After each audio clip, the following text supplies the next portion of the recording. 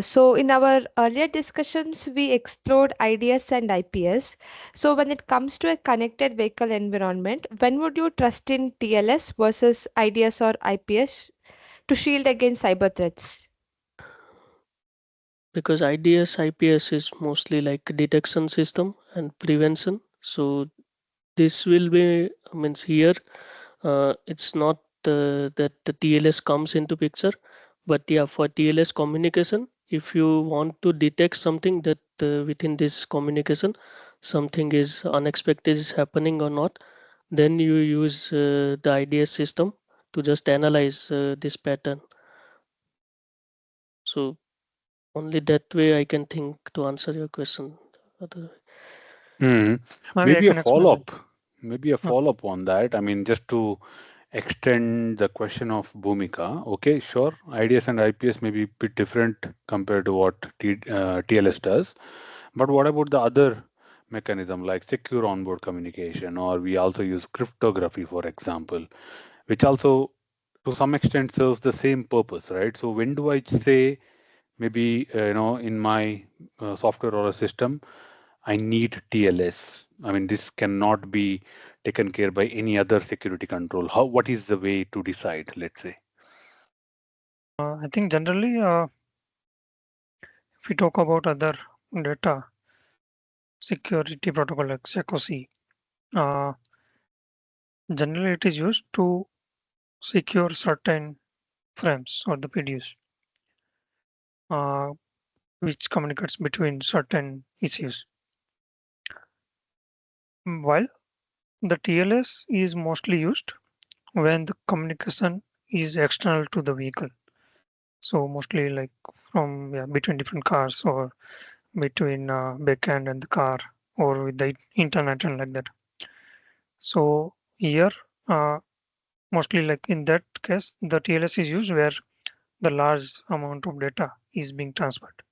Like maybe the software is getting downloaded from the internet. So there will be large amount of software for complete car maybe. Then the backend establish these TLS connections and all the softwares are getting transferred. Another thing I think of is maybe which kind of bus communication we are using. So TLS is mostly like as we seen, it is coming from the internet world. So mostly it is relevant to like if we talk about the Ethernet communication like that. I generally we cannot do this or implement this TLS protocol for the CAN communication because Mm. it is just simple uh, data transfer. It. So yeah. And so maybe I mean I just wanted to add some more details on what Mm. Dharma said. So I think you asked about like we seen about IPS, IDS, and TLS. So how it is different, right?